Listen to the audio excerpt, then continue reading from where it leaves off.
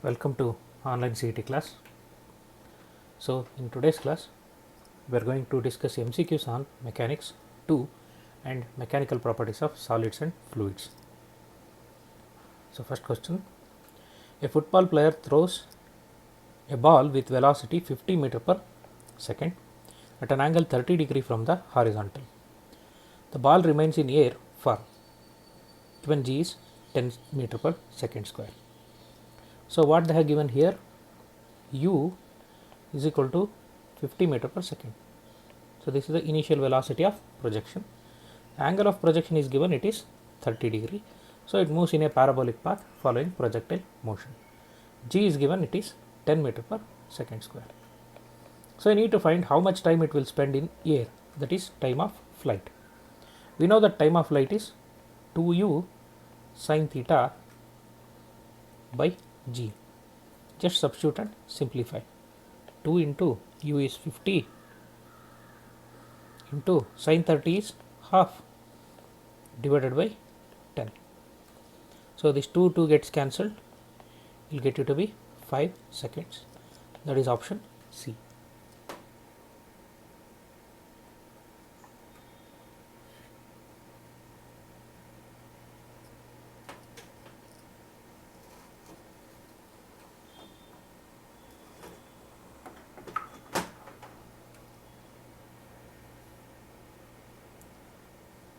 We shall move on to next one.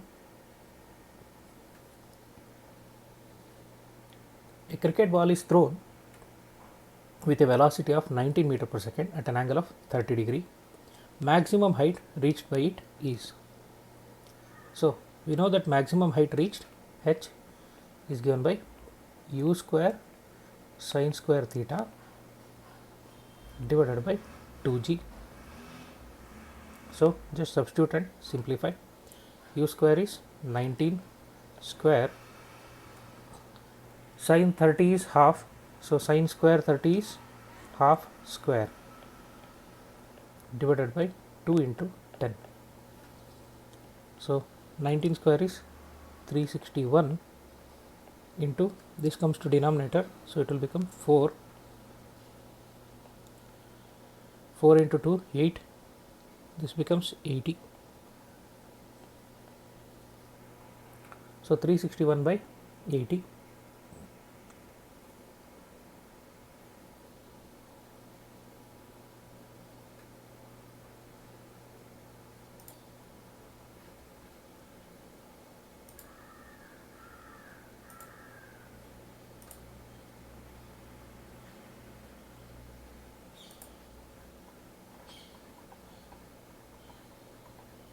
So just simplify this.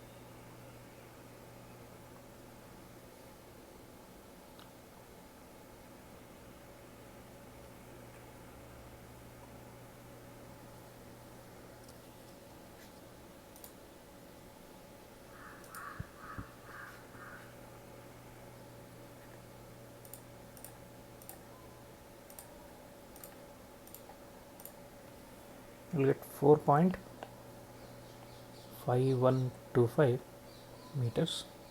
So here none of the options match, so there must be some printing mistake in the question.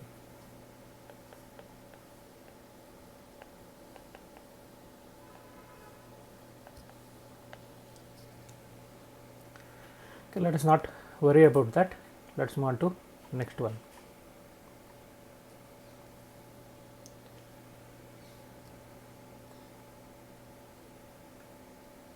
At what angle should a projectile be thrown upwards so that maximum height covered by it is half the range? So what they have given is h is equal to r by 2. So what should be the angle of projection? So substitute for this, u square sine square theta divided by 2g, this is maximum height, that should be equal to, I will take this half outside, r is u square sine 2 theta divided by g. Now u square get cancelled, 2g get cancelled, sine square theta is equal to sine 2 theta. So sine square theta is equal to, you know that sine 2 theta can be written as 2 sine theta into cos theta. So sine theta get cancelled, you will get, oh, 2 is also not there, got cancelled.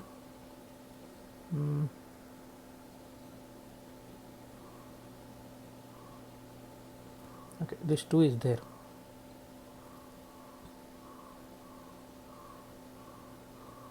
So it is 2 sine theta cos theta, 1 sine theta get cancelled, sine theta is equal to 2 cos theta.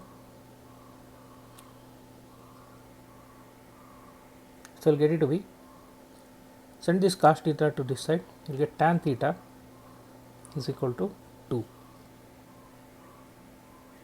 So you will get tan theta is equal to 2. So tan inverse of 2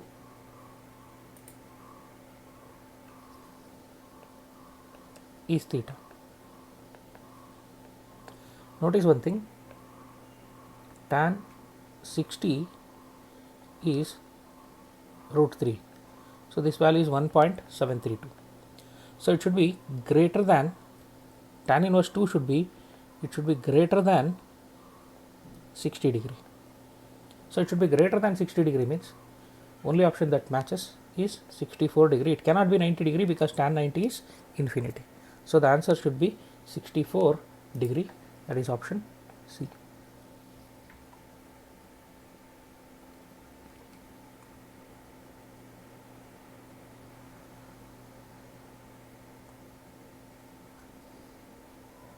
Okay, we shall move on to next one. A stone projected with a certain velocity at an angle of 40 degree has a range r. Then the other value of the angle of projection for it to have same range is. See, in order to have same range, one angle if it is theta, then other angle should be 90 minus theta. So for complementary angles of projection, range will be same. So theta is 40 degree, 90 minus theta will be 50 degree. So it should be complementary angle of the given angle, that is option B.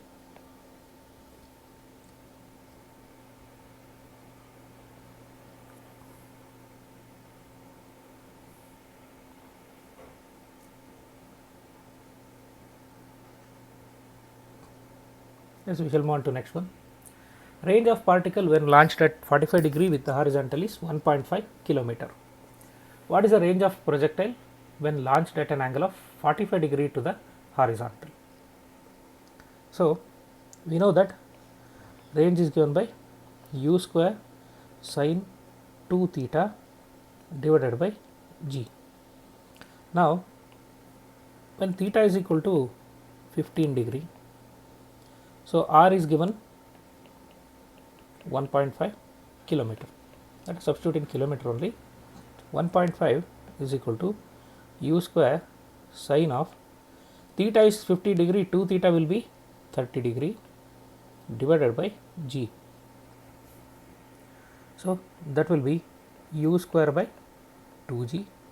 So what will get, u square by 2g is equal to 1.5. Let us call it as equation 1. This is when theta is equal to 15 degree. Now when theta is equal to 45 degree, then what is the range?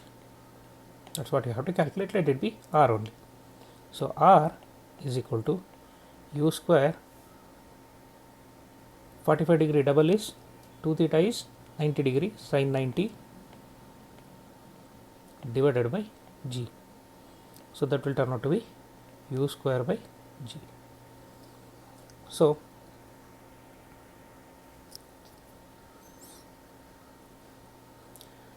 multiply and divide by 2 in this. So r is equal to 2 u square by 2g. Now I'll put bracket for this. U square by 2g is 1.5. So it will be 2 into 1.5, that is equal to 3 kilometer. This should be the range, that is option B.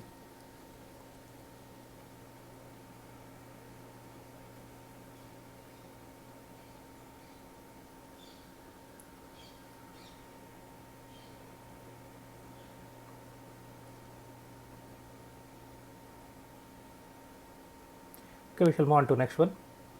A plane is flying horizontally at 98 meter per second and releases an object which reaches the ground in 10 seconds. The angle made by it while hitting the ground is.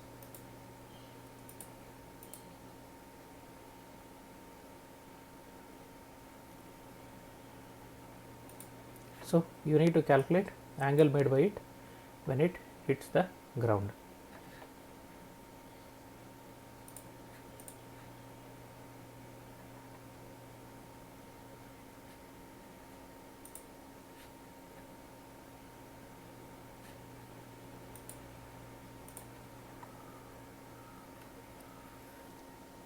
Okay, so the plane is moving horizontally.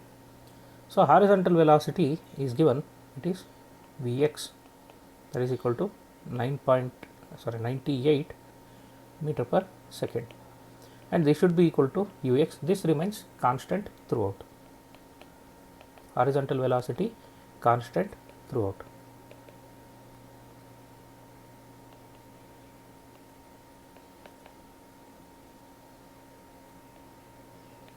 And when this plane releases the object, vertical velocity of the object initially it is equal to 0. So if I take that as v naught x or v naught y, that is equal to 0.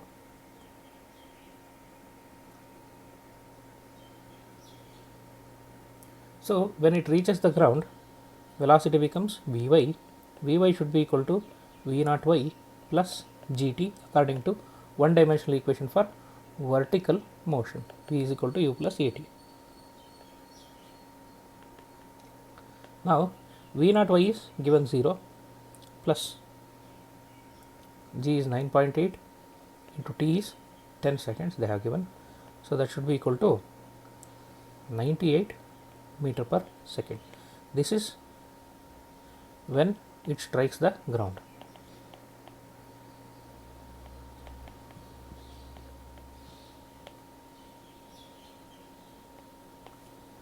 Now the situation is, so it is in level flight like this and it releases an object, it hits the ground this way. So at this point it hits the ground. So what angle it will make with the horizontal, that is what you have to calculate. This is velocity vector.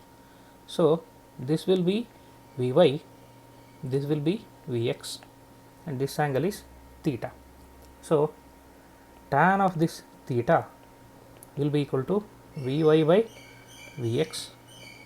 So that is equal to 98 by 98, that is equal to 1. So tan theta is equal to 1, that means theta is equal to 45 degree. So it strikes the ground making an angle 45 degree with the horizontal.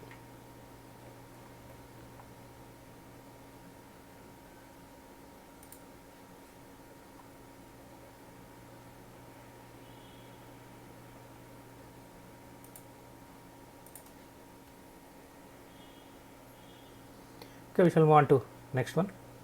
So that's option B.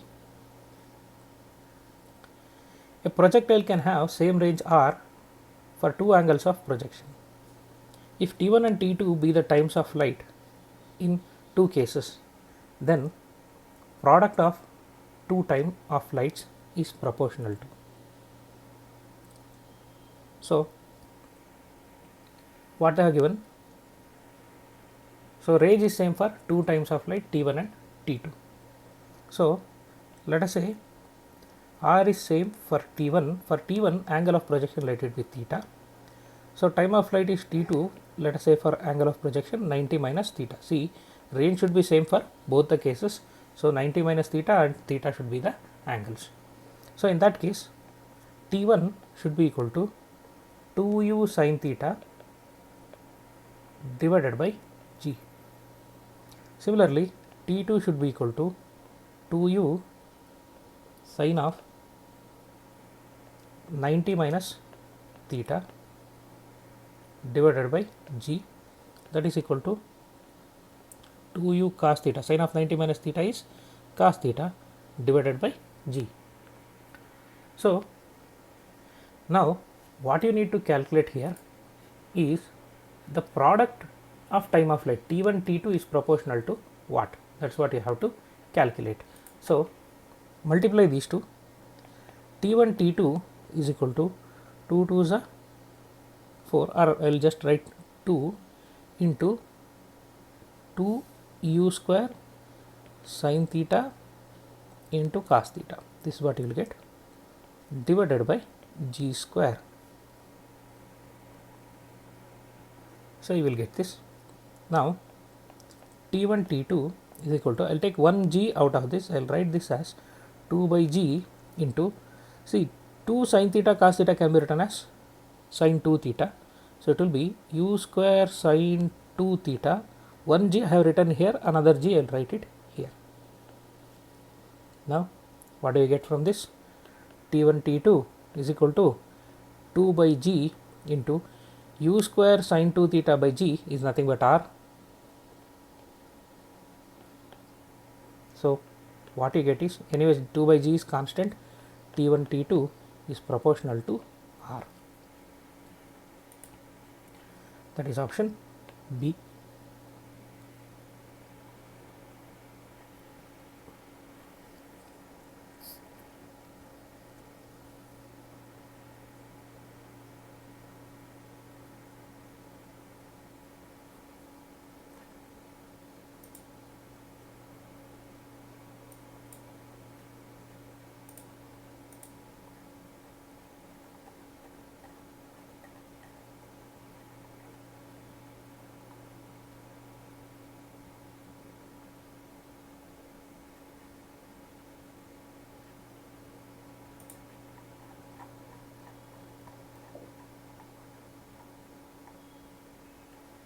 So we shall move on to next one.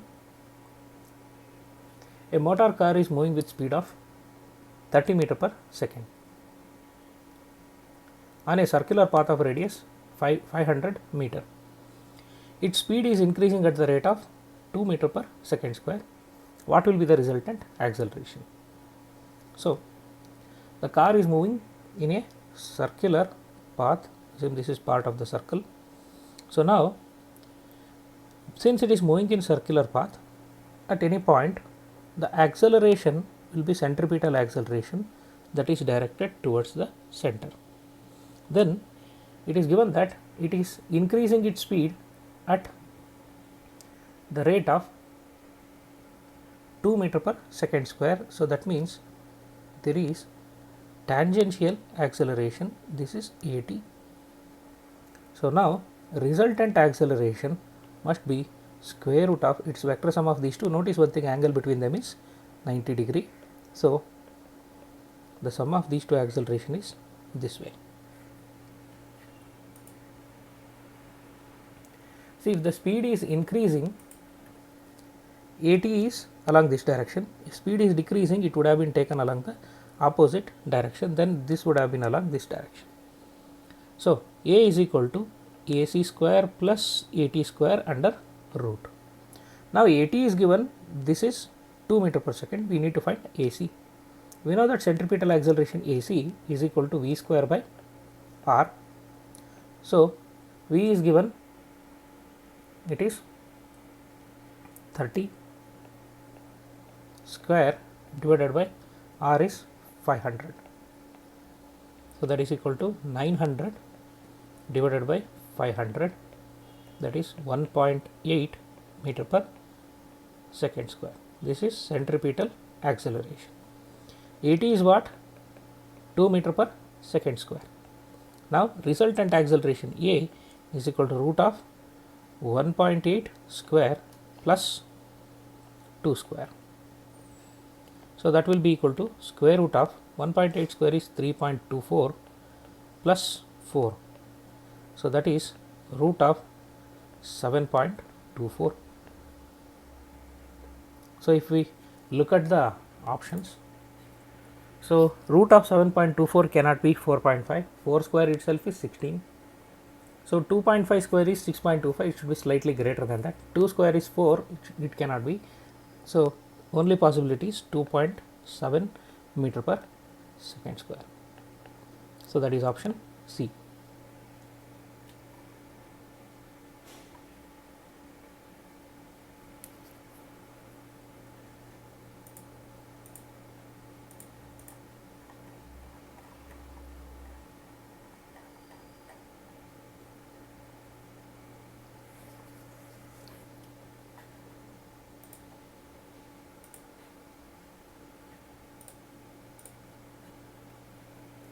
Yes, with that we should move on to next one.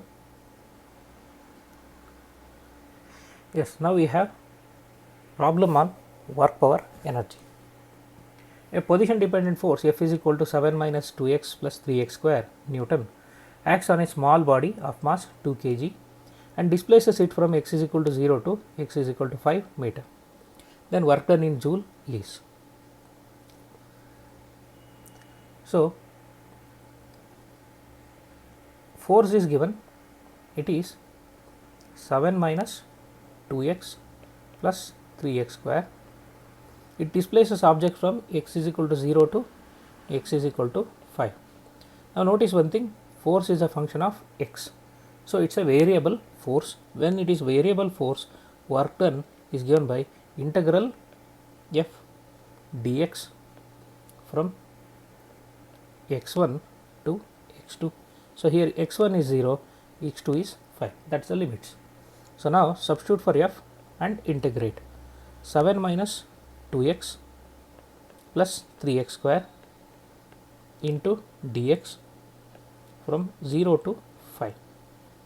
So that is equal to, integrate this, 7x minus 2x integration is x square plus this will be x cube from 0 to 5. So substitute 5 here, it will be 35 minus 25 plus 125. If we substitute 0, you will get 0 anyways.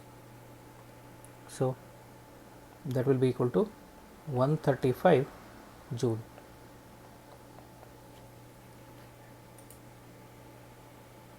That is option D.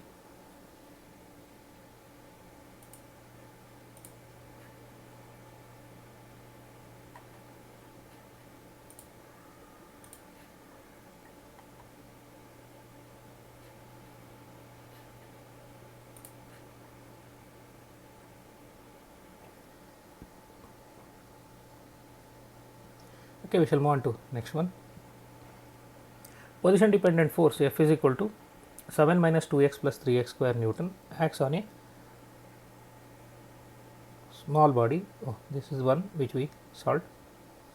Okay, a force F is equal to 5i plus 3j plus 2k Newton is applied over a particle which displaces it from its origin to the point r is equal to 2i minus j meter. Work done on the particle in joule is. So here they have given F is equal to 5i plus 3j plus 2k and r is given, it is 2i minus j. So work done should be dot product of force and displacement. Now find the dot product. Dot product means just multiply the corresponding coefficients of I, j, k and add. 5 into 2 is 10 minus 3 into 1 is 3. Anyways, there is no k component here, that is z component, so it will be 0. So 10 minus 3, that will give you 7. So that is plus 7, that should be option B. So it is 7 joules.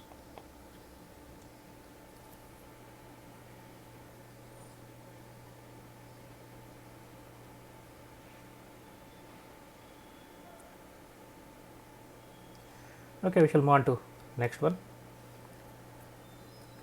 A uniform chain of length L and mass m is lying on a smooth horizontal table with 1/6 of the chain hanging down over the edge of the table.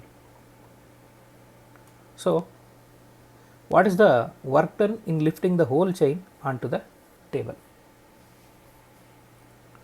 So, there is a tabletop, over that there is a chain.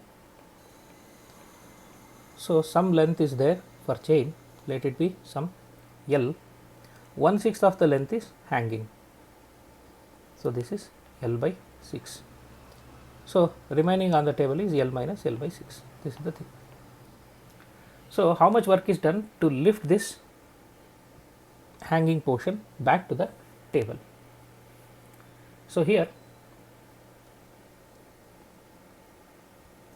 if m is the mass of the chain,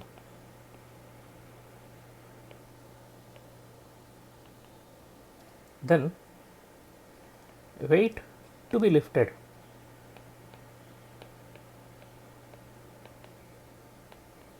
is for this portion only, that is of the length L by 6. If total length is L and total mass is m, then mass of L by 6 is m by 6. So, total weight to be lifted is mg by 6.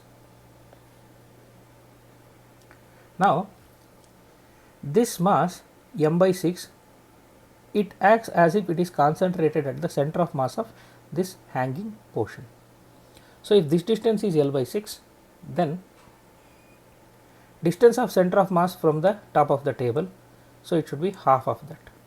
So, distance of center of mass of the hanging portion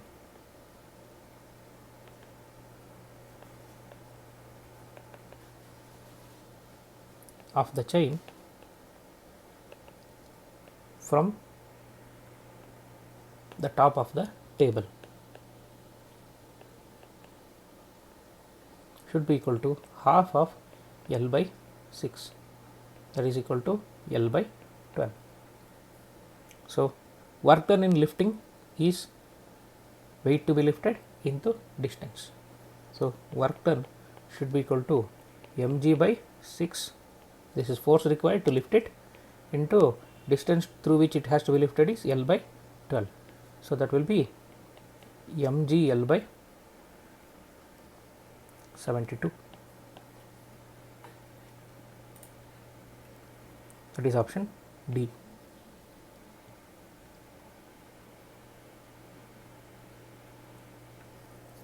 See, in this case, when you start lifting this chain, the mass of the hanging portion goes on decreasing. So, it is a variable mass. So, since that is a variable mass, the force required to lift it is also a variable. So, it will not be just mass of this into L by 6, it is mass of this into L by 12, it is half of it.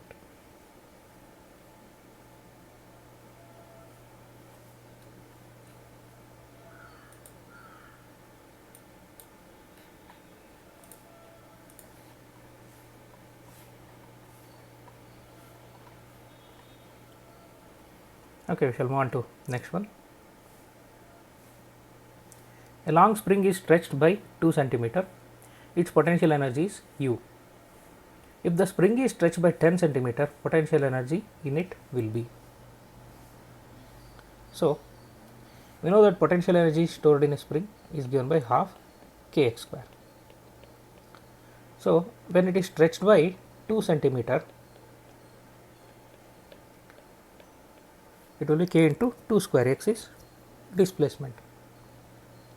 So, that should be equal to, this is 4, 4 by 2 is 2, so that is 2k. Now, when it is stretched by 10 centimeter, that is what they are asking. So, if it is stretched by 10 centimeter, then let it be u dash, that is half k into 10 square.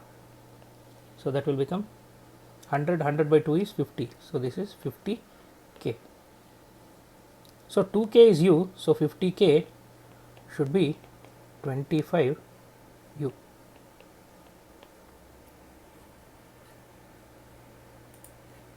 So that should be option D.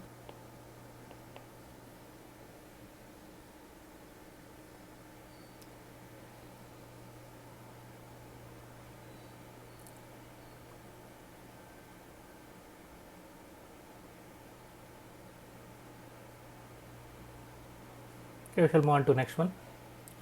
If the momentum of a body is increased by 100%, then percentage change in its internal energy is.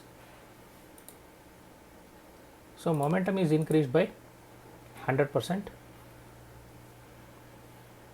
then what happens to kinetic energy? So 100% increase means momentum is doubled, then what happens to kinetic energy? So we know that kinetic energy K is equal to P square by 2m, where P is momentum. Now momentum is doubled, 100% increase means it has been doubled, so it will become 2p whole square divided by 2m, so that will become 4p square by 2m.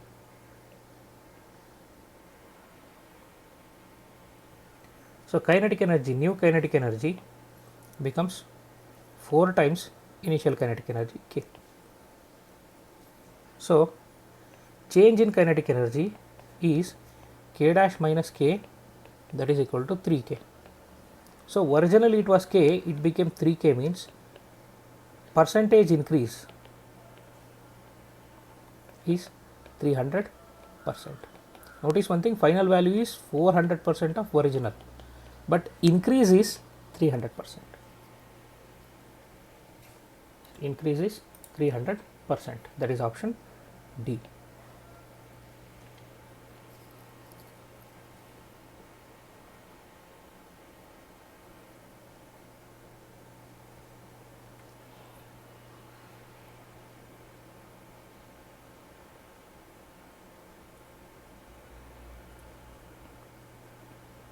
Okay, we shall move on to next one. So turntable of a phonograph rotates at constant speed of 78 rpm. Rpm means rotations per minute. The force acting on a body of mass 0.012 kg placed at a distance of 0.06 meter from the center is. So the rotational speed is given 78 rotation per minute, and distance from the center is given, it is 0.06, mass is given 0.1012 kg. So force acting on it will be centripetal force, that is mv square by r. So we need to find V. They have given omega is equal to 72 rpm.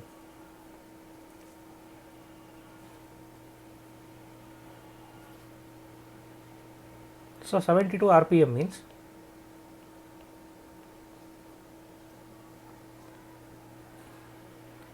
so it is 72 into 2 pi. This is in one revolution how much angle it covers, divided per minute, it is make it per second, these many radian per second. So we know that V is equal to r omega. Substituting that here, we can get m omega square r.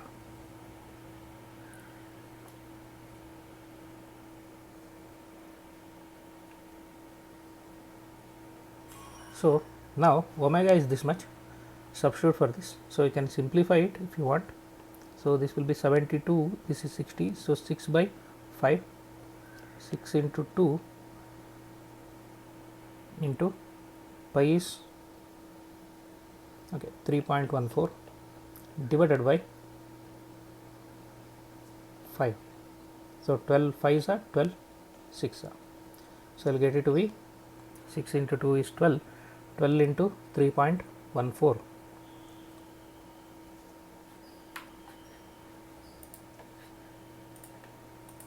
Into 3.14 becomes 37.68 divided by 5, that is equal to 7.536. So this is omega radian per second. Substitute here, this is 0.012 into 7.5 square into radius is 0.06. So if you multiply all of them,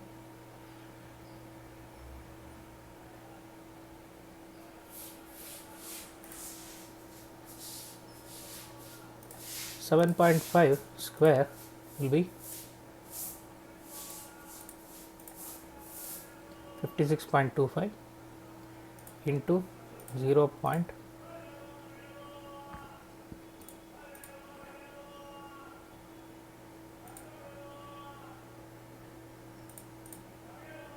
50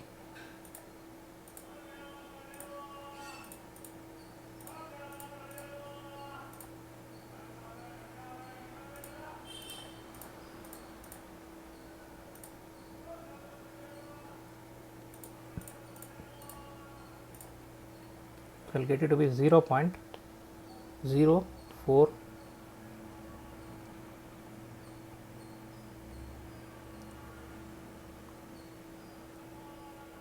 8 Newton, that is equal to 4.8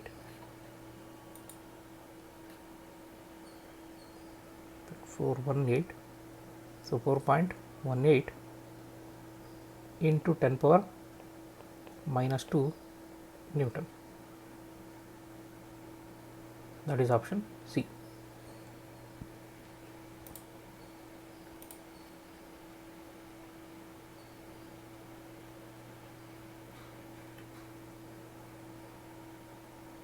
Yes, we shall move on to next one. A bucket containing water is revolved in a vertical circle of radius 0.8 meter. What should be the minimum velocity so that water in it does not spill out?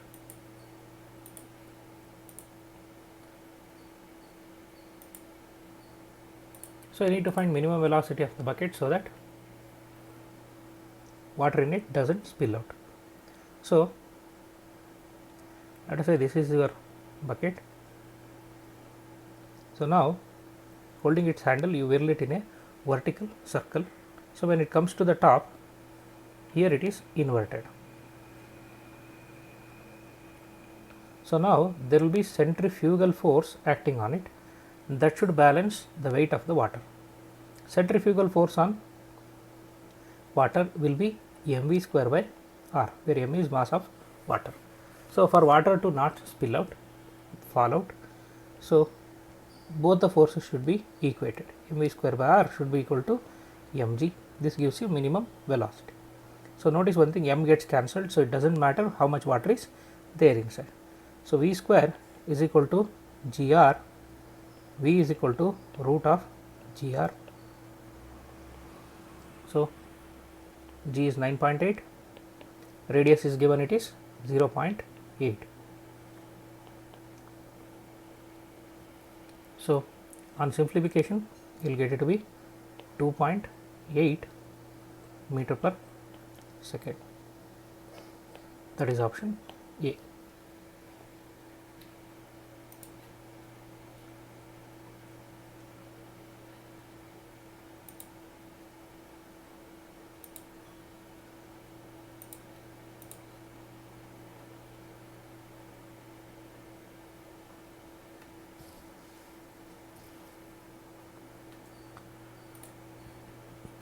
Okay, we shall move on to next one. A long spring when stretched by x centimeter produces potential energy V. On increasing the stretching to nx centimeter, potential energy stored in the spring will be. See, potential energy in a string is half kx square. So u is proportional to x square. Here they have given it as v. So v is proportional to x square. Now if x is made n times, then v should become n square times. So new value of v should be equal to n square v. That is option C.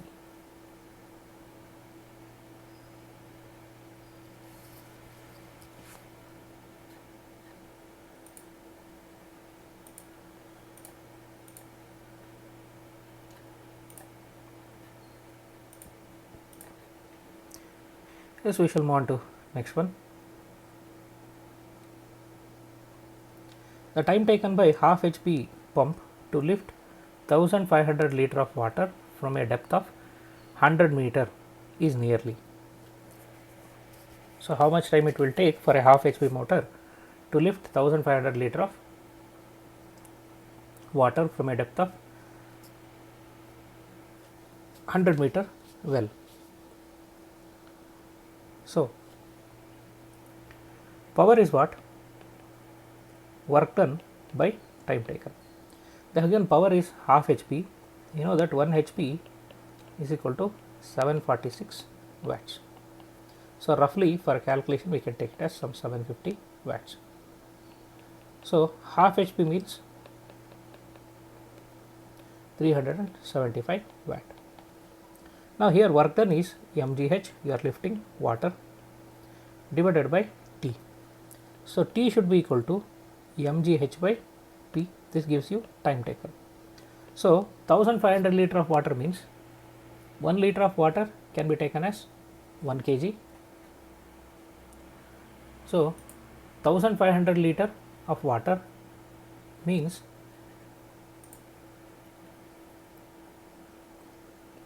1500 kg into 10 into depth of the well is 100 divided by 375. So that will be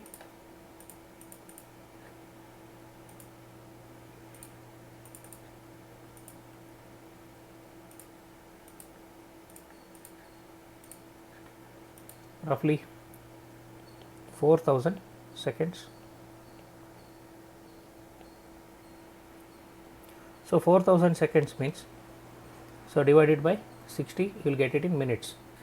So look at the answers. So 4000 seconds is not there, they have given it in minutes. So it should be divided by 60,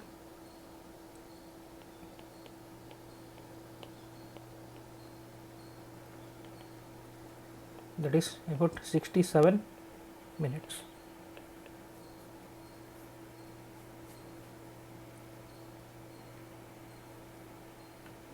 So that is option D.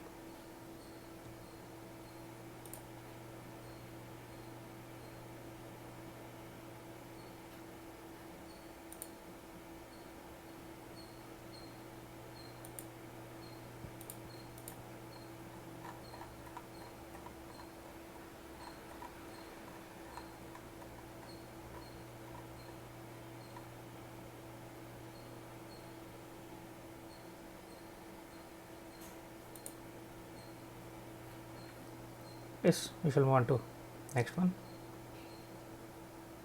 A bullet of mass m moving with a speed v strikes a wooden block of mass m and gets embedded into the block. Final common speed of the bullet and block system is.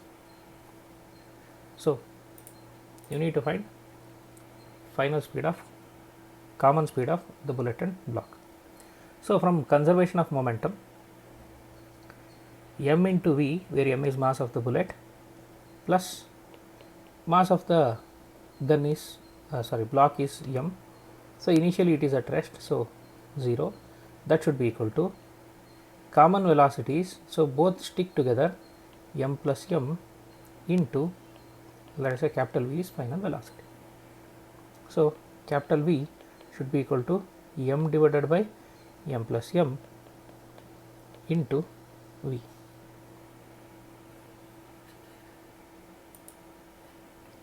That is option C.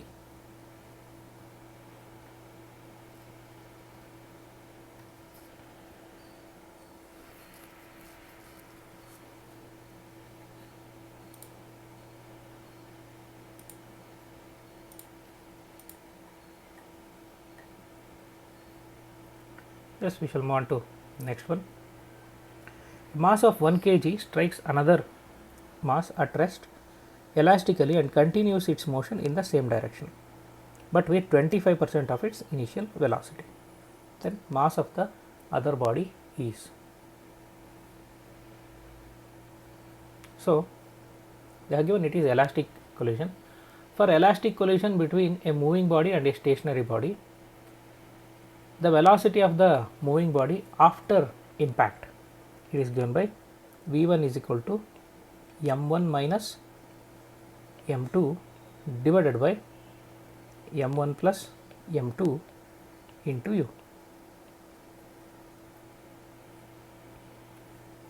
u1. So, what they have given is it moves with 25% of its initial velocity. So, v1 is equal to u1 by 4. This is what they have given. So, it will become u1 by 4 is equal to m1 minus m2 divided by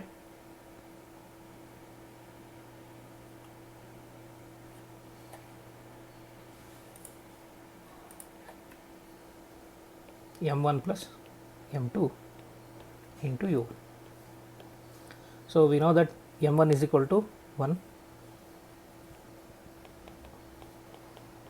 So, u1 get cancelled, you will get 1 by 4 is equal to 1 minus m2 divided by 1 plus m2. So, what do we get? Cross multiply, you will get 1 plus m2 is equal to 4 minus 4 m2. We need to find m2 only. So, 5 m2 is equal to 3. m2 is equal to 3 by 5, that is 0.6 kg.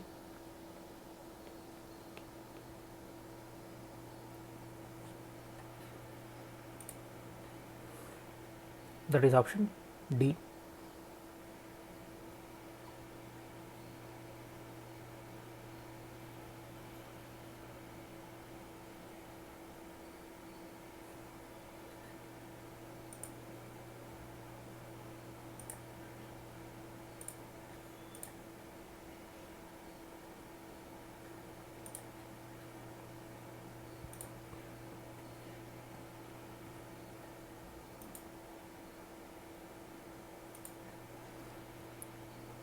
Yes, we shall move on to next one.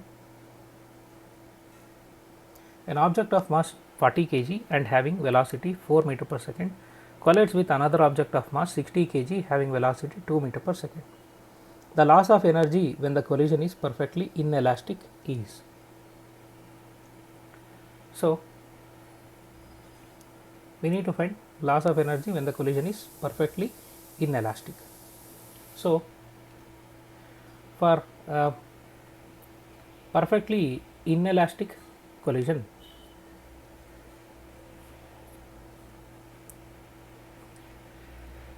the common velocity is given by v is equal to m1 u1 plus m2 u2 divided by m1 plus m2 in perfectly inelastic collision.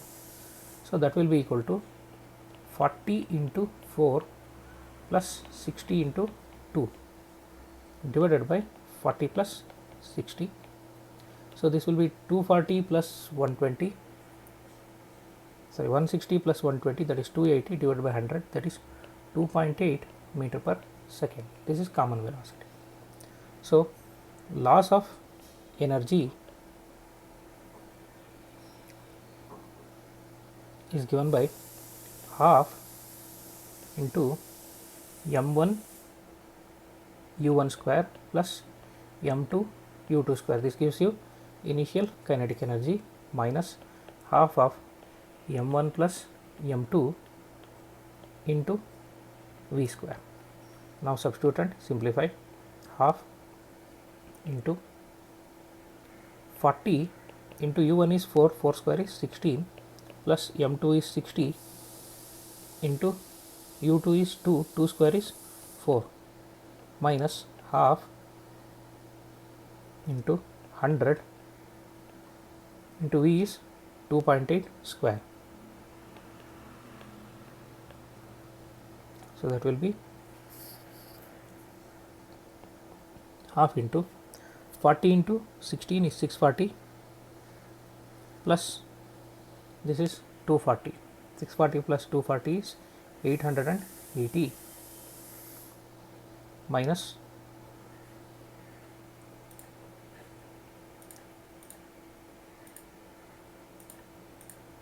2.8 square is 7.84 divided by 2, 3.92 into 100, that is 392. So this will be 440 minus 392, that is equal to 48 joule. So that is option D.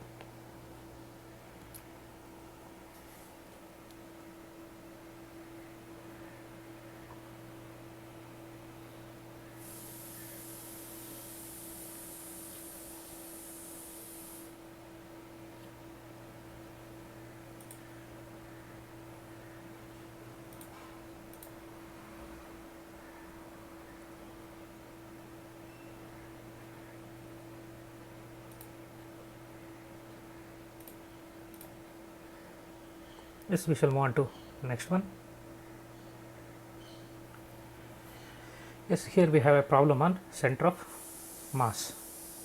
Two similar particles move towards each other with speed 2v and v respectively. Then their center of mass has a speed equal to. See, one particle is moving this way, other particle is moving this way. This is moving with 2v, this is moving with v. Suppose if I take right side direction as positive, then left side direction should be negative. So this should be positive, this should be negative. So velocity of center of mass is given by m1 v1 plus m2 v2 divided by m1 plus m2.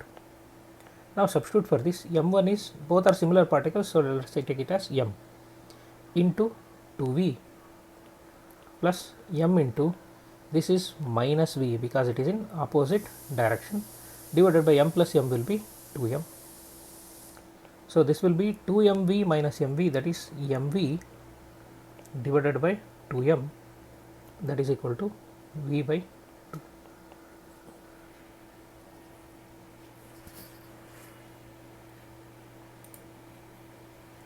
That is option C.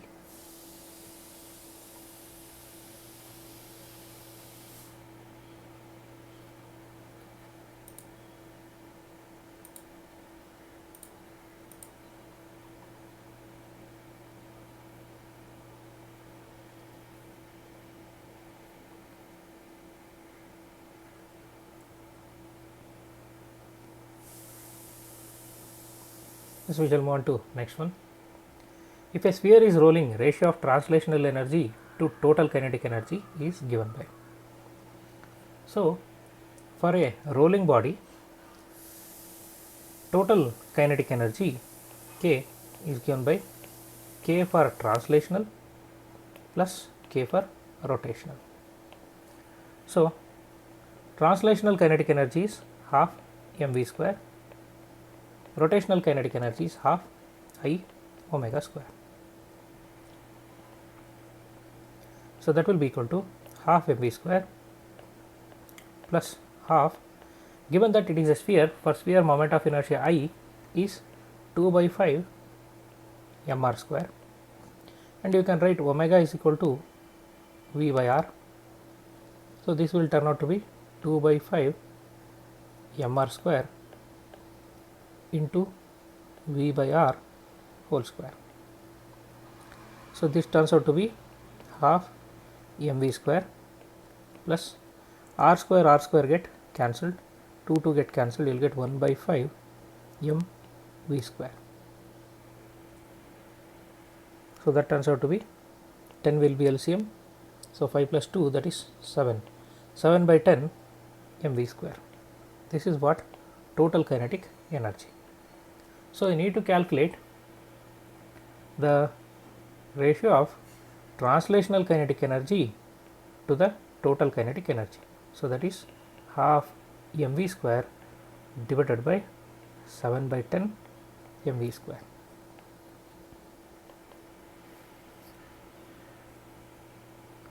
That is 10 by 14, nothing but 5 by 7.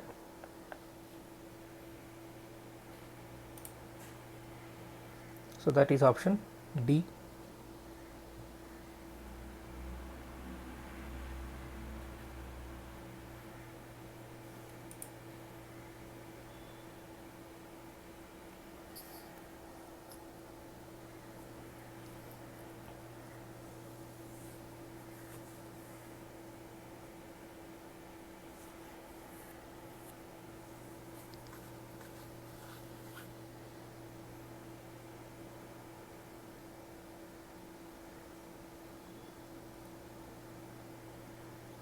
Yes, we shall move on to next one. Two circular loops of radius r and nr are made from same wire. The moment of inertia about an axis passing through center and normal to plane of large loop is 8 times that of smaller loop. The value of n is.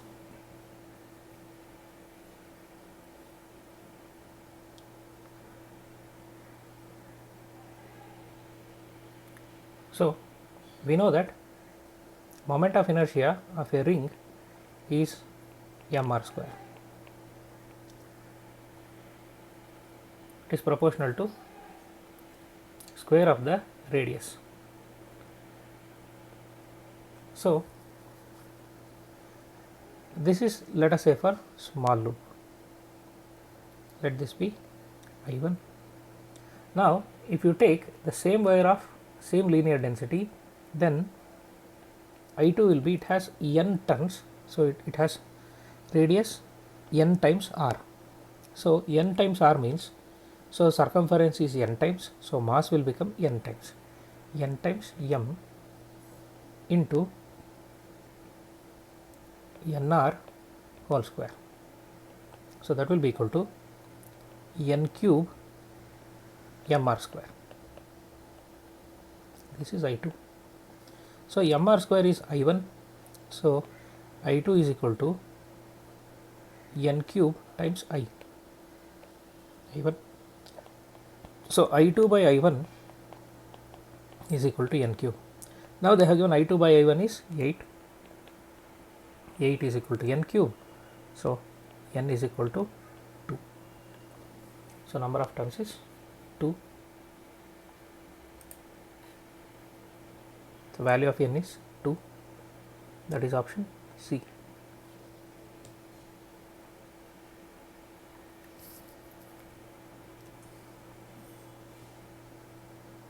We shall move on to next one.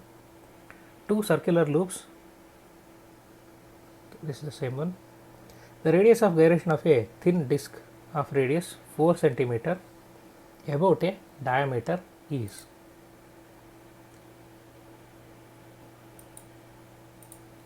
So there is a thin disc of radius 4 cm. What is the radius of gyration? That is what you have to calculate. So moment of inertia of a disc about a diameter is mr square by 4. So moment of inertia is mr square by 4.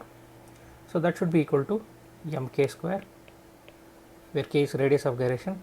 So k square should be equal to r square by 4. K should be equal to r by 2. So r is given, it is 4 cm divided by 2, that is equal to 2 cm. That should be option C.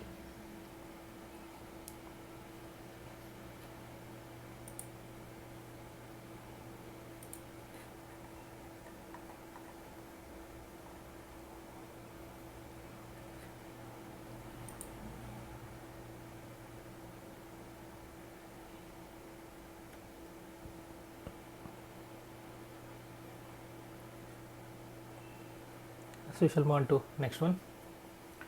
the frequency of a wheel changes from 120 by pi rpm to 180 by pi in 30 seconds.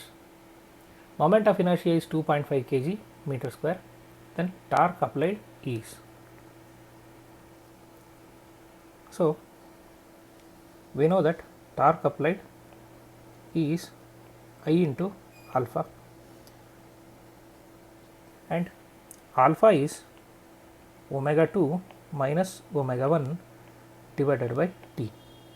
So here omega 1 is 120 by pi rpm. So that will be 120 by pi into 2 pi by 60 radian per second.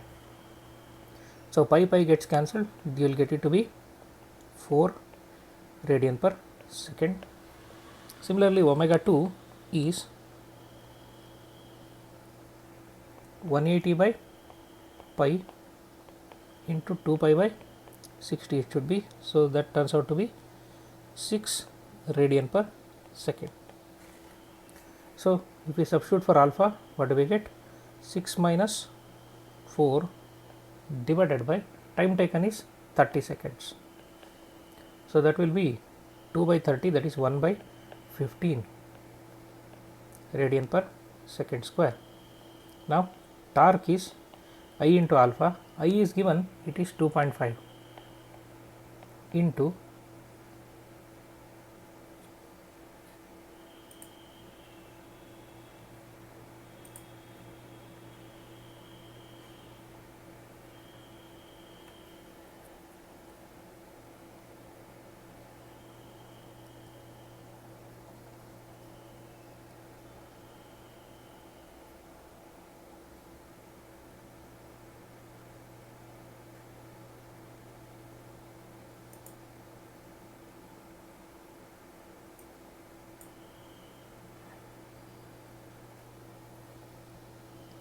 1 by 15 .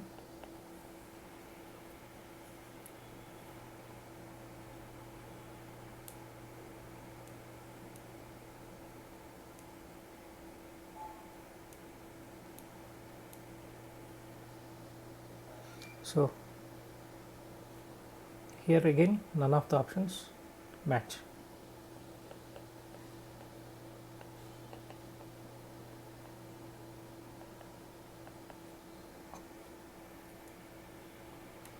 So this will be about 1 by 6 Newton meter.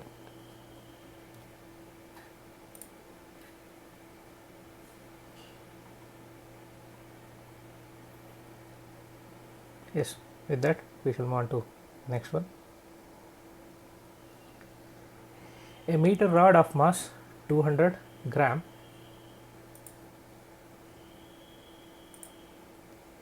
is suspended by two strings at each end as shown in figure. A body of mass 300 gram is suspended by weightless string at 30 centimeter mark. Tension in the string 2 is.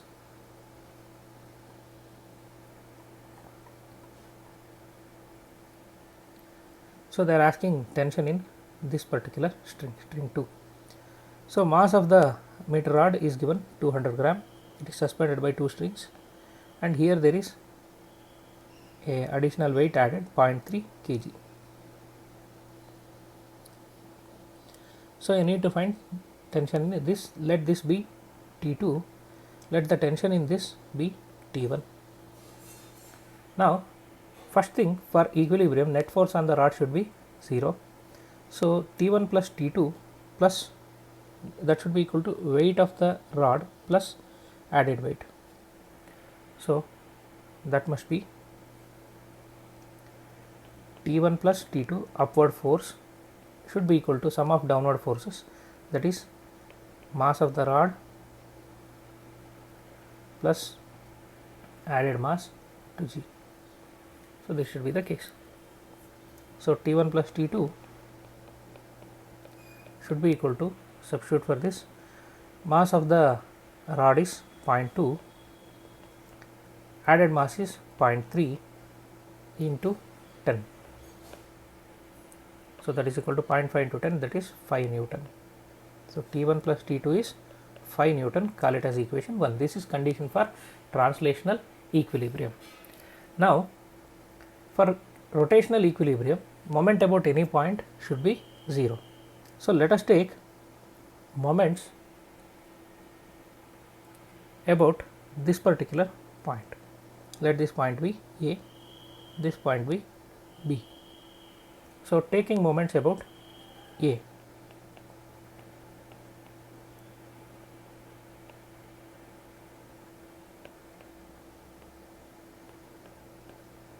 See, taking moments about A,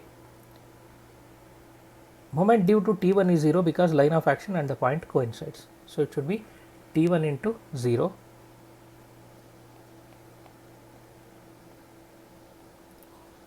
So if you take moment due to T2, this is in anti-clockwise direction. So it pulls it this way. So if I hold it here, it tends to rotate it in anti-clockwise direction. So it should be T2 into this distance is 1 meter.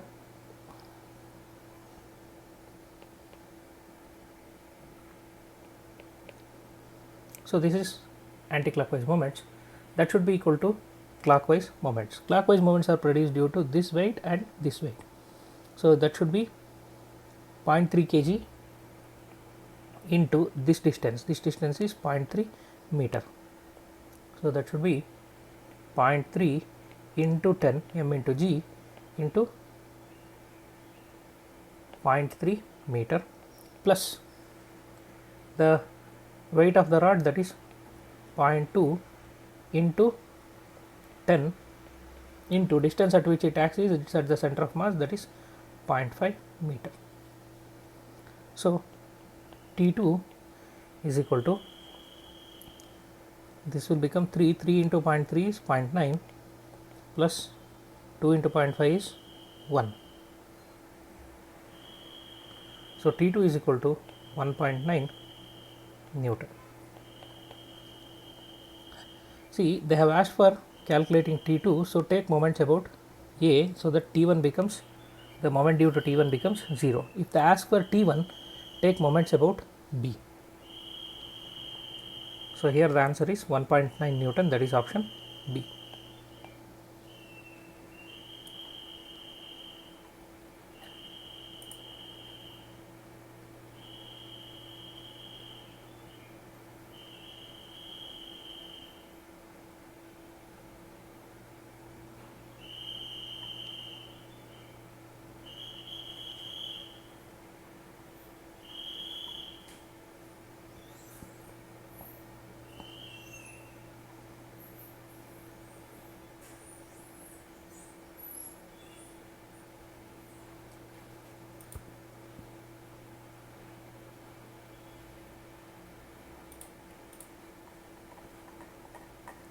Yes, moving on to next one.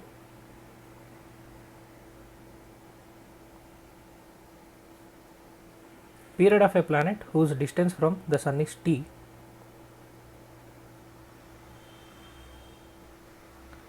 Then period of another planet whose distance from the sun is 2x. If x is the distance, time period is t. If 2x is the distance, what is the time period? So that is what they are asking. So from Kepler's third law, we know that t square is proportional to r cube. So t is proportional to x cube, t square is proportional to x cube, t dash square is proportional to 2x whole cube. So t dash square is proportional to 8x cube. So t dash by t whole square is equal to 8. So t dash is equal to 2 root 2 times t. That should be option C.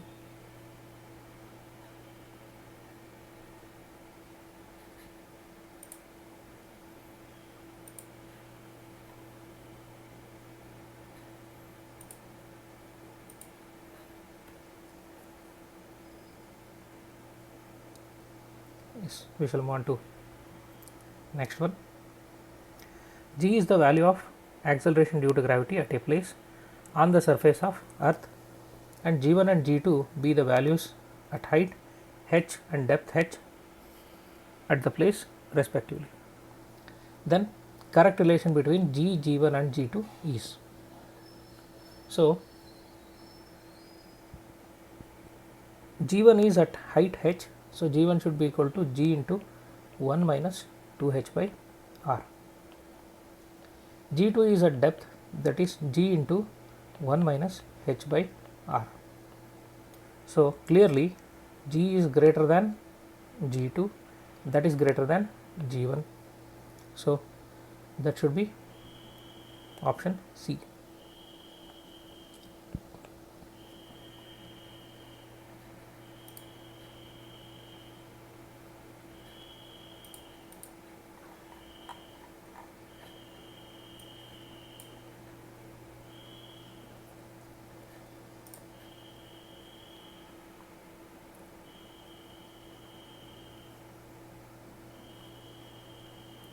Yes, we shall move on to next one. A body of mass m is taken from surface of earth to height h, height equal to radius of the earth. The change in its potential energy will be. So you need to find change in the potential energy. So when it is on the surface,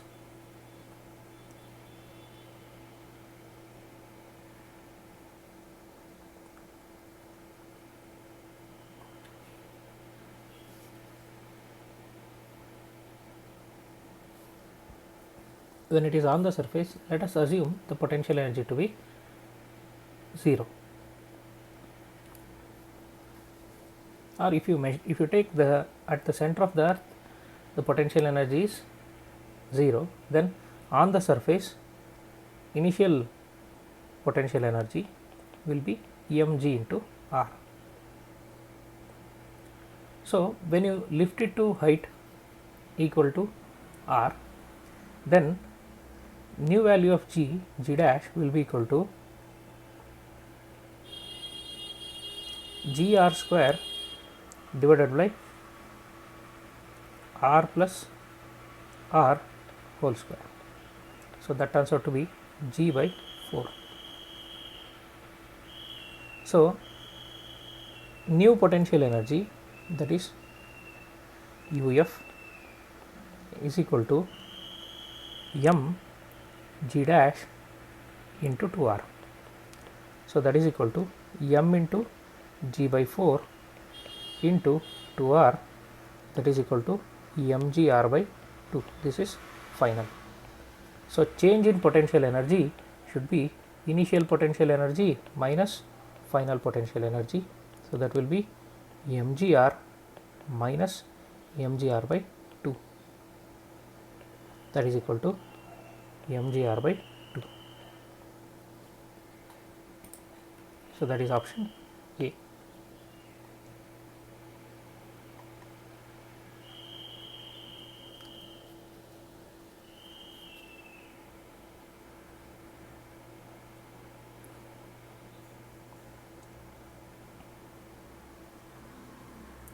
We shall move on to next one. A satellite in a circular orbit around a planet of radius r has a period of 4 hours. A satellite with orbital radius of 4r around the same planet will have the period of. So even for satellite you can apply Kepler's third law, t square is proportional to r cube. So t dash square should be proportional to 4r whole cube. So first one is r, it has 4 hours time period. Second one is 4r. So t dash by t whole square is equal to 4r whole cube. So that is 4 cube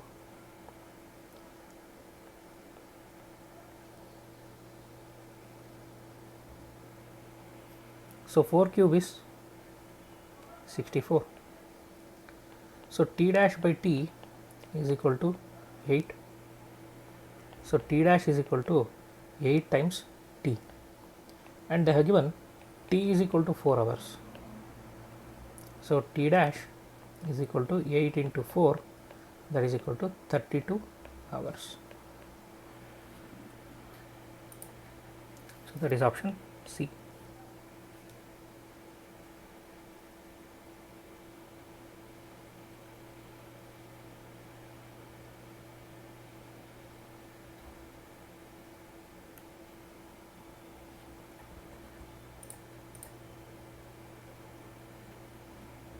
Yes, we shall move on to next one.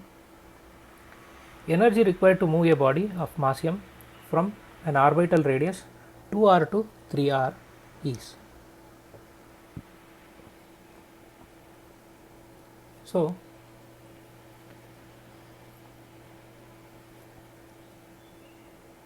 energy of a satellite in the orbit of radius r is given by minus gm m by 2r. Now when you move it to 3r,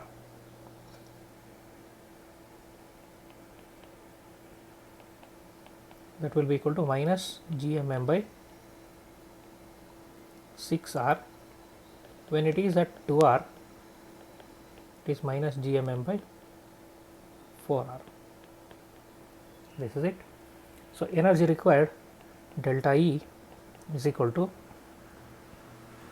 difference in these two, minus gmm by 6r, this is final, minus initial is minus gmm by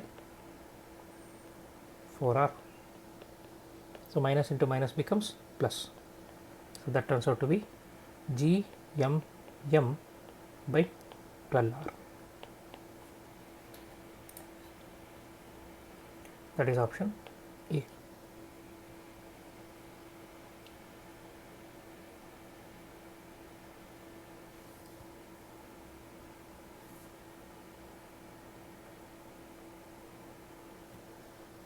So it is option A.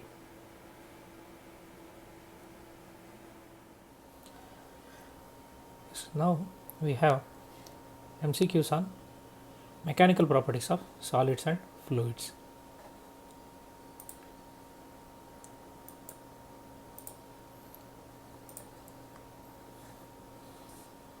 So the first one, if both length and radius of the wire are doubled, how does modulus of elasticity change? See, modulus of elasticity is constant for given material. By changing the dimensions like radius, length and all, so there will be no change for modulus of elasticity. So it remains unchanged. So it should be option D.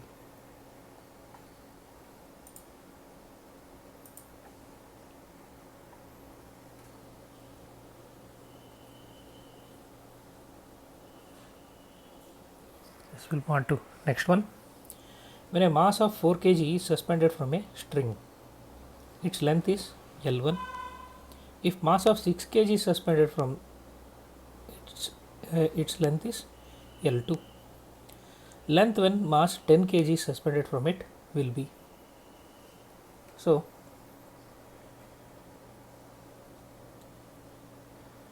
when 6 kg is suspended, length will be L1. So the length of the string is directly proportional to mass that is added. So 6 into G should be proportional to L2. Similarly, or you can write it as 6G is equal to some constant K into L2. Similarly, when 4 kg is suspended, 4 into G is proportional to L1, which implies 4 into G is equal to K into L2. So if you subtract these two, 6G minus 4G is equal to K into L2 minus L1.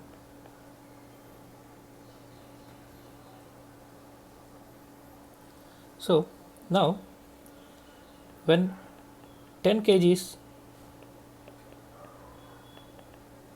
attached.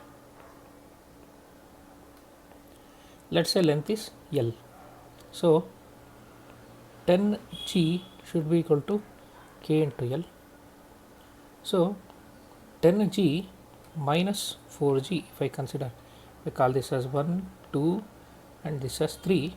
So 3 minus 2, if I consider, 10g minus 4g is equal to k into L minus L2. Okay, I have given this as L1, so this will be k minus L minus L1.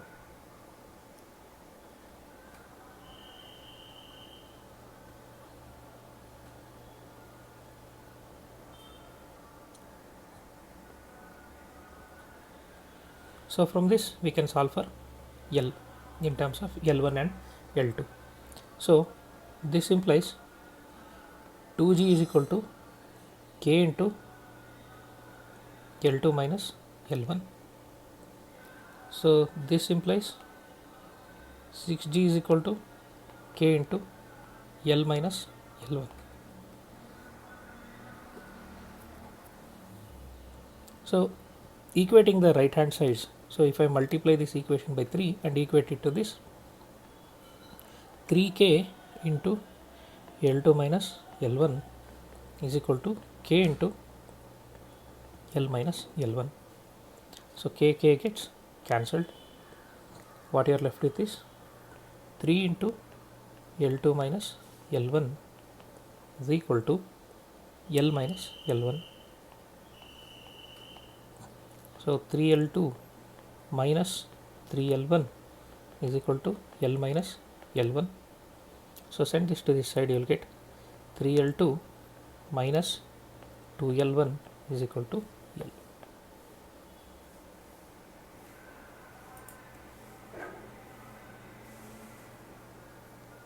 That is option B.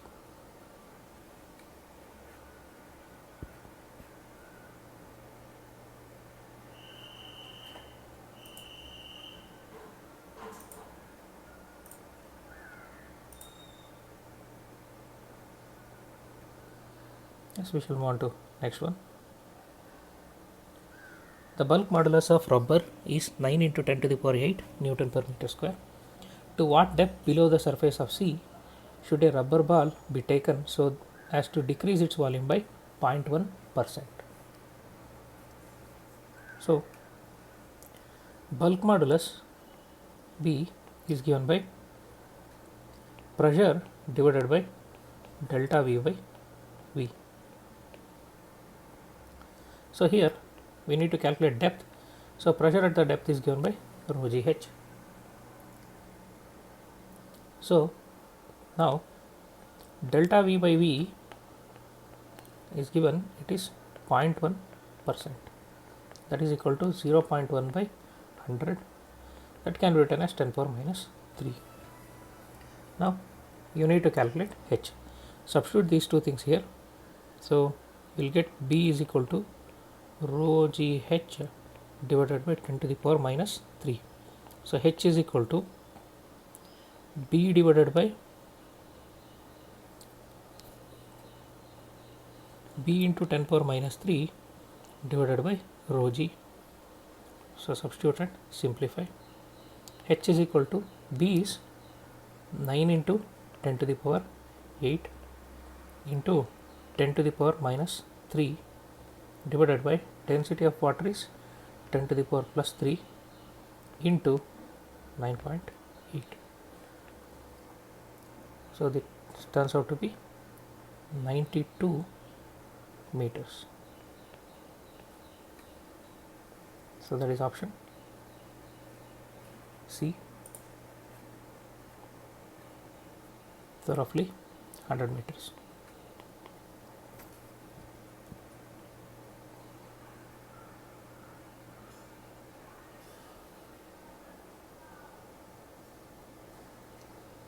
Yes, we shall move on to next one. A steel wire of length 20 centimeter and cross section 1 millimeter square is tied rigidly at both ends at room temperature, that is 30 degree Celsius. If the temperature falls to 10 degrees, what will be the change in tension? Given Young's modulus is 2 into 10 power 11 Newton per meter square and alpha is 1.1 into 10 to the power minus 5 per degree Celsius. So,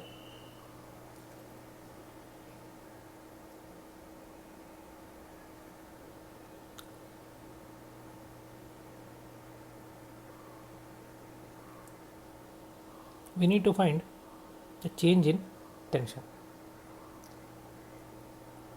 So, to find change in tension, we know that delta L is equal to L alpha delta T. This is thermal expansion. So, F should be equal to Ya delta L by L. So, substitute for delta L, that is Ya L alpha delta T divided by L. So, that should be equal to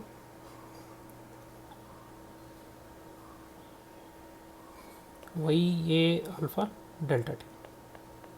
So, now substitute and simplify. Y is 2 into 10 to the power 11. Area of cross section is 10 power minus 6. Alpha is 1.1 into 10 power minus 5. And change in temperature is 20. So, that gives you, so 10 powers get cancelled. So, 2.2 into 20. So, that will give you 44 Newton.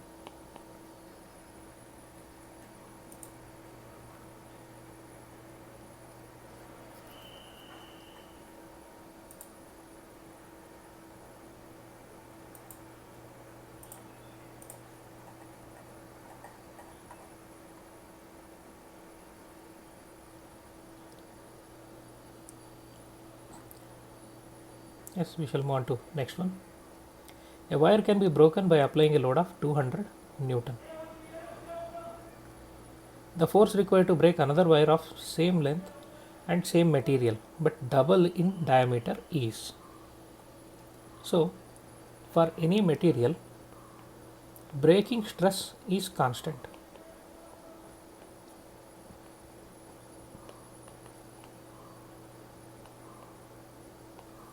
So, breaking stress is force by area.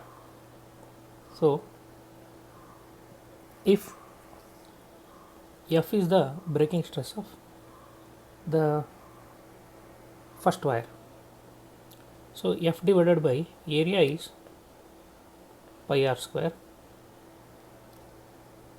that should be equal to F dash divided by pi r dash square, or you can also write it as F by pi d square by 4, where I have substituted r is equal to d by 4. D is diameter, F dash divided by pi d dash square by 4. So, from this what you can conclude is F dash by F is equal to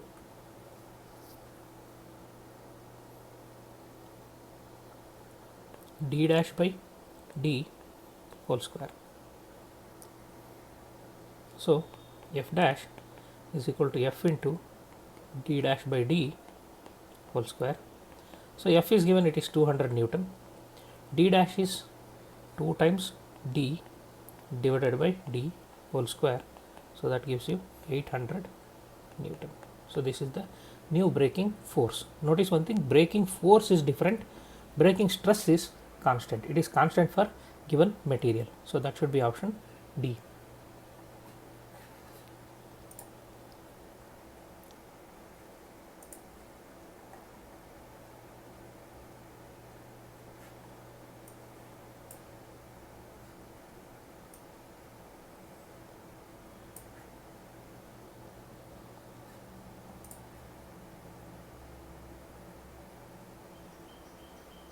Okay, we shall move on to next one. A particular force F applied on a wire increases its length by 2 into 10 power minus 3 meter. To increase the wire's length by 4 into 10 power minus 3 meter, applied force will be. So,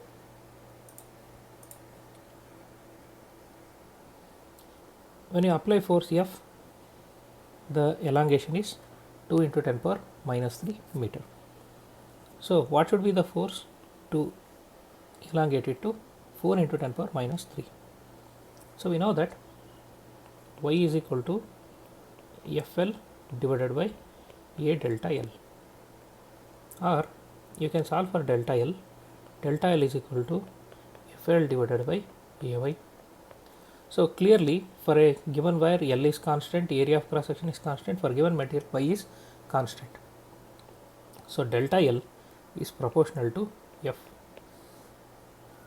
So, if delta L is doubled, force should also be doubled. So, new force should be equal to double the initial force, that is option C.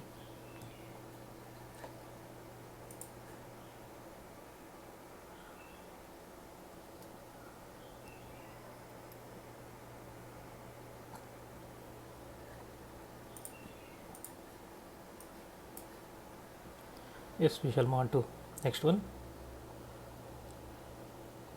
A metallic beam having Young's modulus Y is supported at two ends.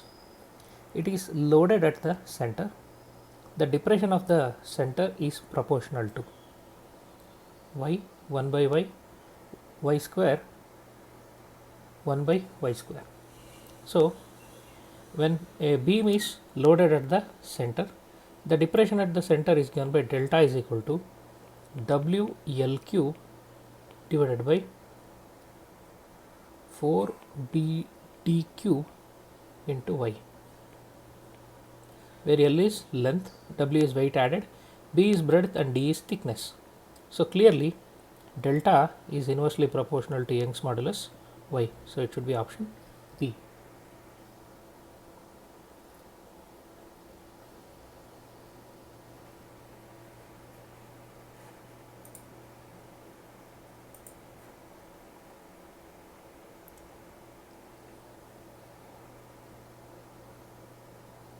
Yes, we shall move on to next one. Now we have questions on fluids.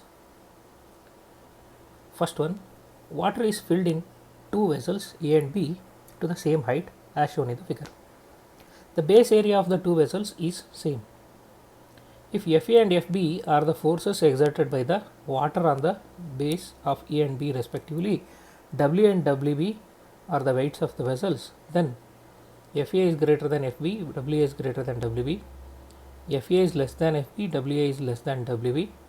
FA is equal to FB, WA is greater than WB. FA is equal to FB, WA is equal to WB. So, here the width of the vessels are not same, but water is filled to the same height. So, pressure at the bottom of A, pressure at the bottom of B will be same. That is what we call it as hydrostatic paradox. Since they have given base area of both the vessels is same, so force is pressure into area. Pressure is same, area is same, so forces must be equal. That means either it should be option C or it should be option D. Now, notice one thing, base areas are same, but the water in this content, volume of this vessel is greater than volume of this vessel. So, this occupies or this accommodates more amount of water than in this case. So, obviously weight of water in A is greater than weight of water in B. So, it should be option C. So, it is not option D.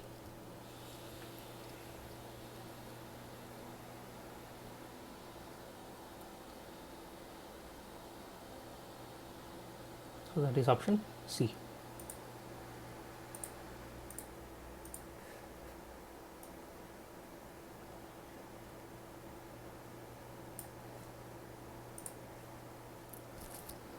Yes, we shall move on to next one. The pressure on a swimmer 20 meter below the surface of water at sea level is. So, pressure at a depth is given by atmospheric pressure plus rho GH, where H is depth. So, PA is atmospheric pressure, that is 1.013 into 10 to the power minus 10 to the power 5 Pascal, plus rho is 10, G is 10, depth is 20 meter. So this will be 1.013 into 10 to the power 5 plus this will be rho is 10 power 3. So this will be 10 power 4, 10 power 5, 2 into 10 power 5. So that turns out to be 3.013 into 10 to the power 5 Pascal. So that is roughly 3 atmospheres. 1 atmosphere is this much. So this is roughly 3 atmospheres. That is option D.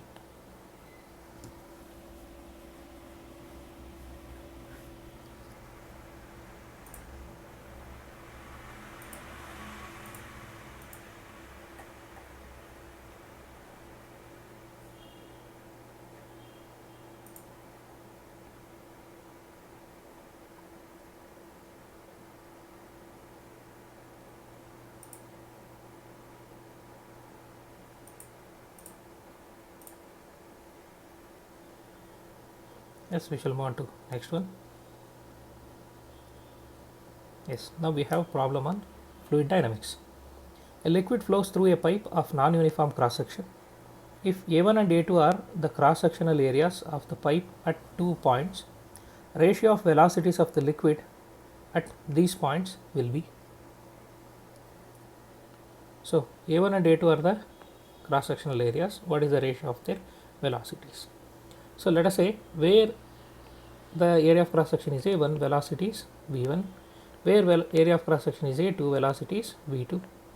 Then we know that A1 V1 is equal to A2 V2. This is what your continuity equation.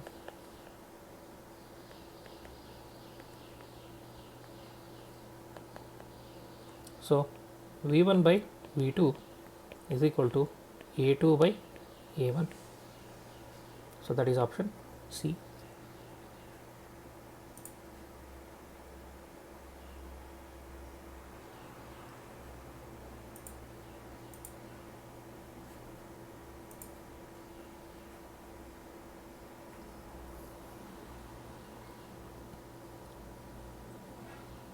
Next we shall move on to next one.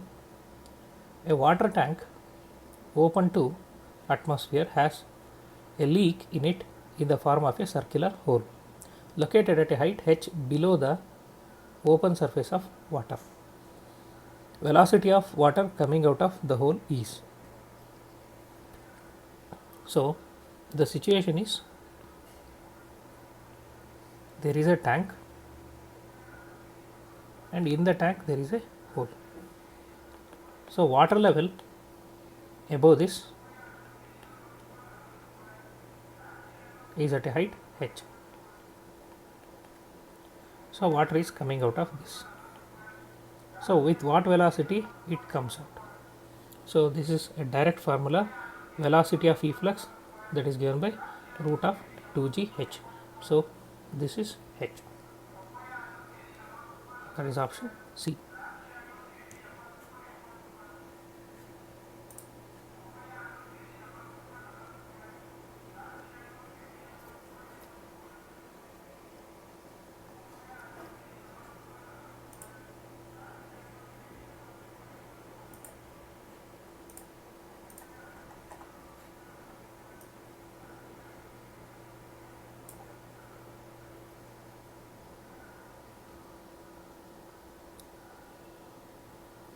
Okay, we shall move on to next one. The difference in velocities between two layers of water 20 meter apart in a flowing river is 4 meter per second. The shear stress between the layers is.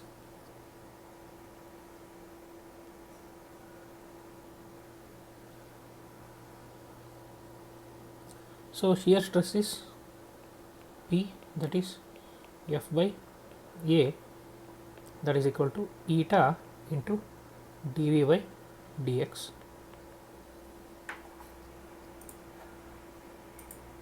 So eta of water is given dv is given, dx is given, just substitute and simplify. So eta is 10 to the power minus 3 Pascal second it is, that is the SI unit. dv is difference in the velocities, that is 4 meter per second. dx is 20 meter apart.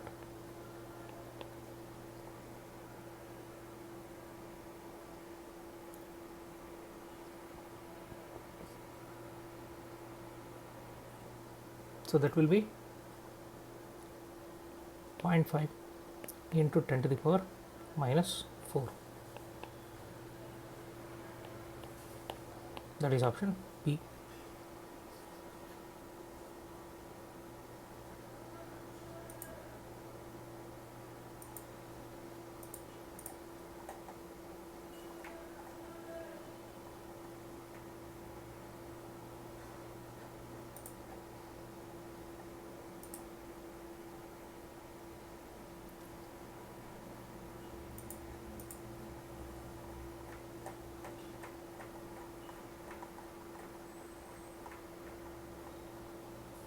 Yes, we shall move on to next one. A viscous fluid is flowing through a cylindrical tube. The velocity distribution of the fluid is best represented by the diagram. See, when there is a tube, the top and bottom surfaces, they are rigid surfaces. The layer of liquid which is in contact with that will be at rest. So as you move away from that, velocity goes on increasing. So as you move away from the topmost layer, the velocity of the next layer will be greater, next layer will be even greater, and so on. Similarly, when you move from the bottom surface, so it will go on increasing, so that the one at the center, layer at the center, will have highest velocity. So velocity is 0 for the layer which is in contact with the pipe, walls of the pipe, and it is maximum at the center. So the correct answer should be option C.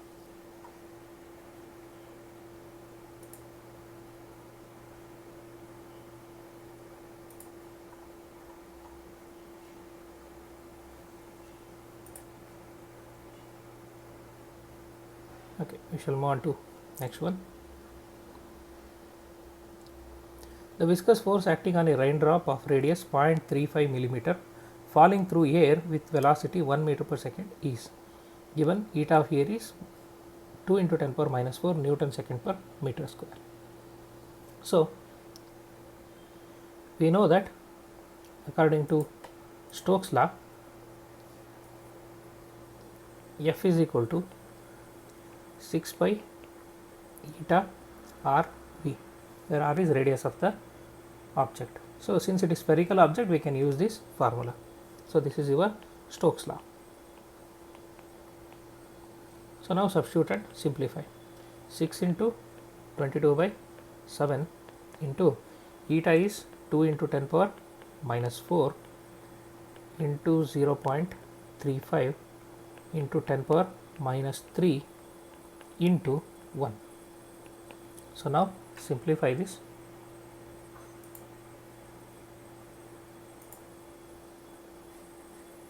So 6 into 22 into 2 into 0.35.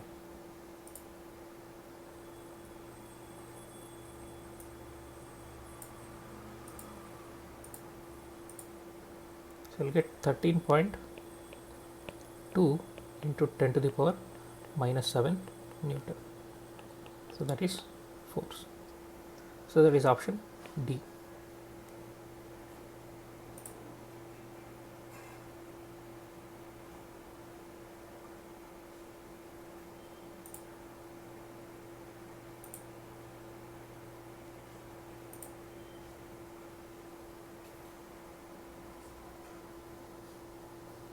Next we shall move on to next one. The velocity of a small ball of mass m and density d1 when dropped in a container filled with glycerine becomes constant after some time. If density of glycerine is d2, viscous force acting on the ball is. So viscous force acting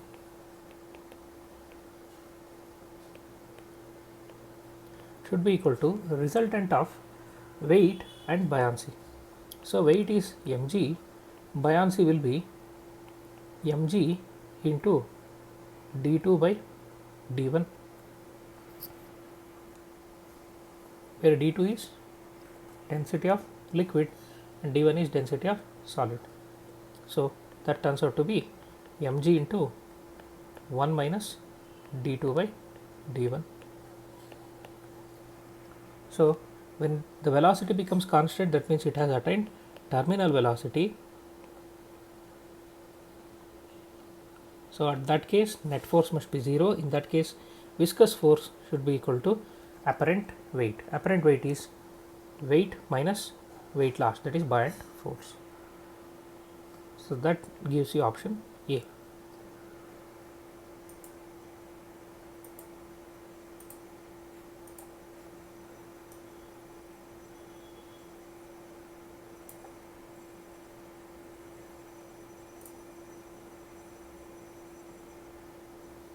So we shall move on to next one. As the temperature of a gas is raised, its viscosity increases, decreases, remains same? None of this.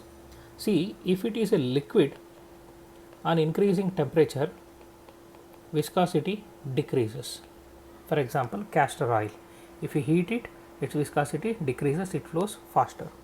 But if it is a gas, then viscosity increases with increase in temperature.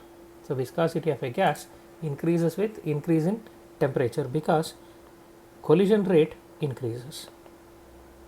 So number of collisions increases. Due to this, the viscosity of a gas increases with increase in temperature.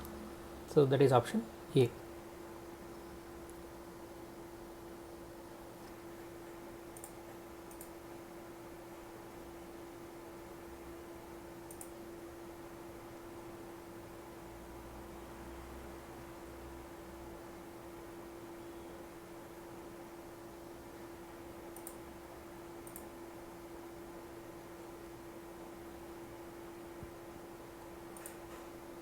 Okay, we shall move on to next one.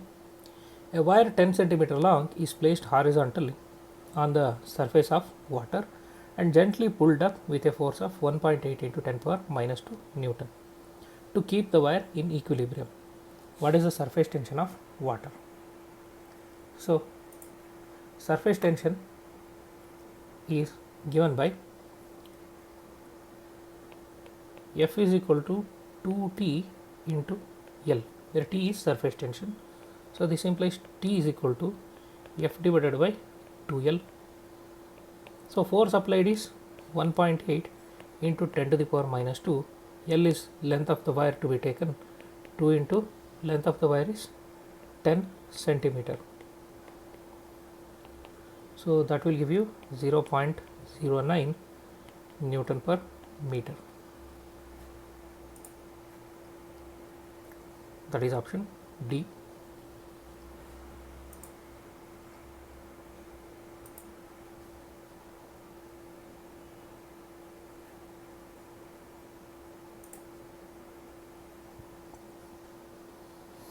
This we shall move on to next one. Surface energy of a small liquid drop is U. It is sprayed into 1000 small and equal drops. The surface energy of each sprayed drop is. So surface energy is E is equal to surface tension into surface area, that is 4 pi r square. So this is for a bigger drop.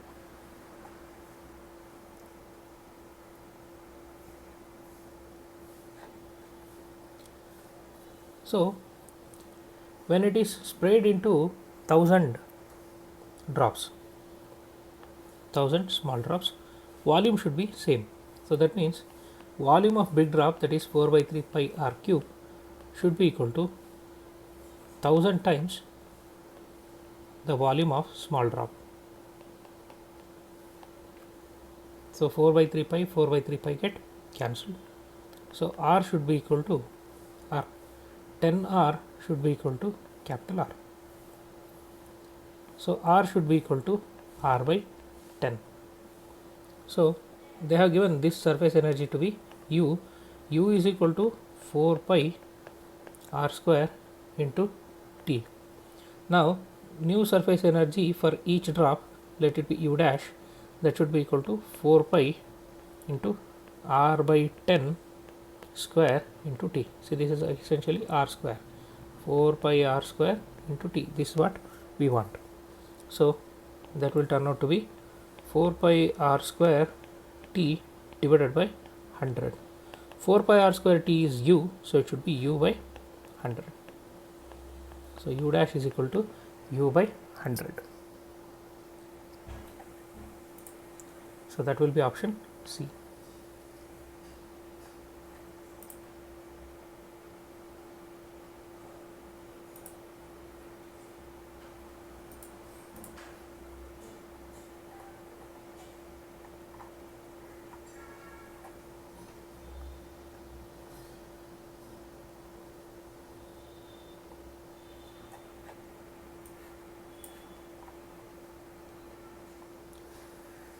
Yes, we'll move on to next one.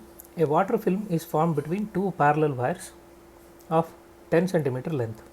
The distance of 0.5 centimeter between the wires is increased by 1 millimeter.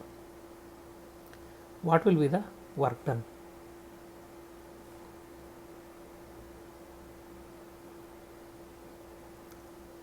Surface tension is given. So work done should be equal to surface tension into increase in area. So that should be T into, since it is film, it has two surfaces, so it should be T into 2 times the change in area. So that should be 2 into 72 into increase in area is 1 millimeter, that is 0.1.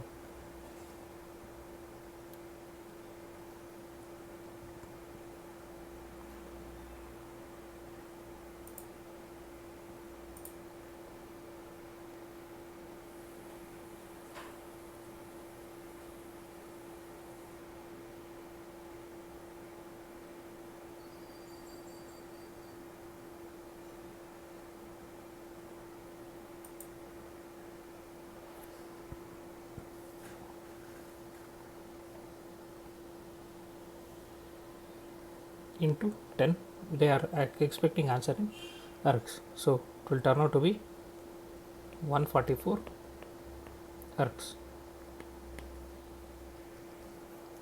That is option B.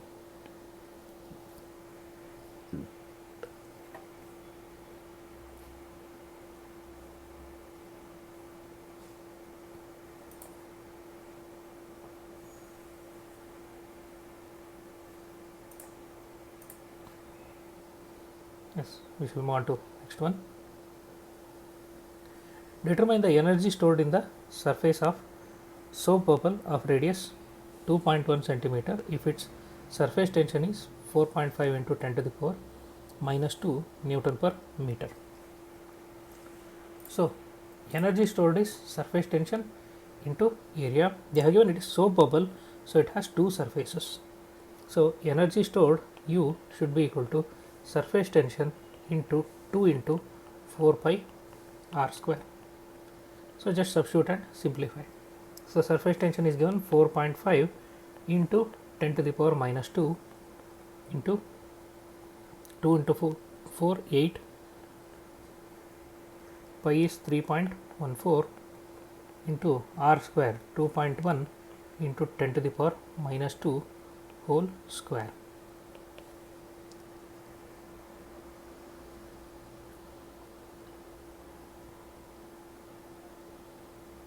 So if you simplify, you will get it to be 4.93.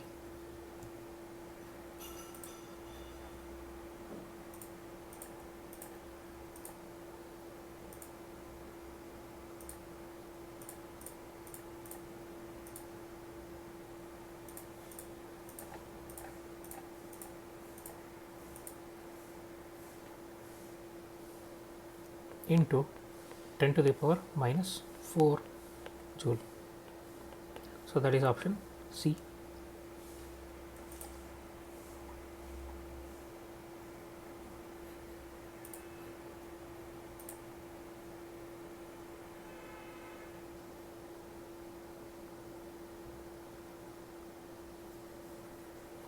Yes, we shall move on to next one. Two mercury drops, each of radius r, merge to form a bigger drop. Surface energy of the bigger drop, if T is the surface tension, is. So, surface energy of bigger drop should be EB is equal to surface tension into surface area, that is 4 pi r square. This should be the surface area. So this should give you surface energy. Now we have to express this in terms of small letter r. So when two drops coalesce to form single drop, what happens to new radius? So volume of two small drops, that is 2 into 4 by 3 pi r cube, should be equal to volume of big drop, that is 4 by 3 pi r cube. So 4 by 3 pi get cancelled. So small letter r or capital letter R, if you solve for, capital letter R will be equal to 2 to the power 1 by 3 small letter r. So this will be the situation. Now substitute that here. What do we get?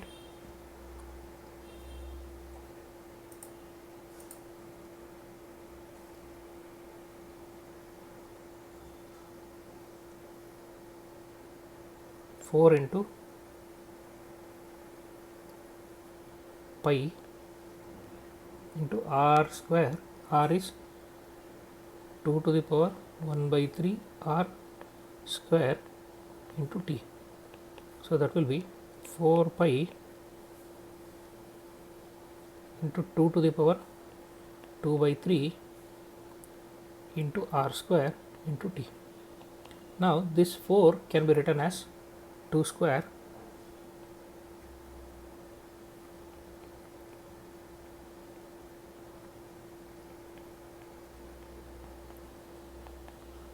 Now you can add these two powers.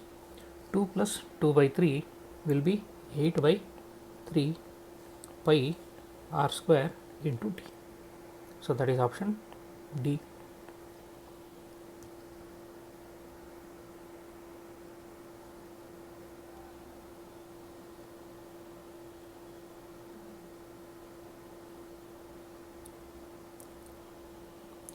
So that completes problems on Mechanics 2, mechanical properties of solids and fluids.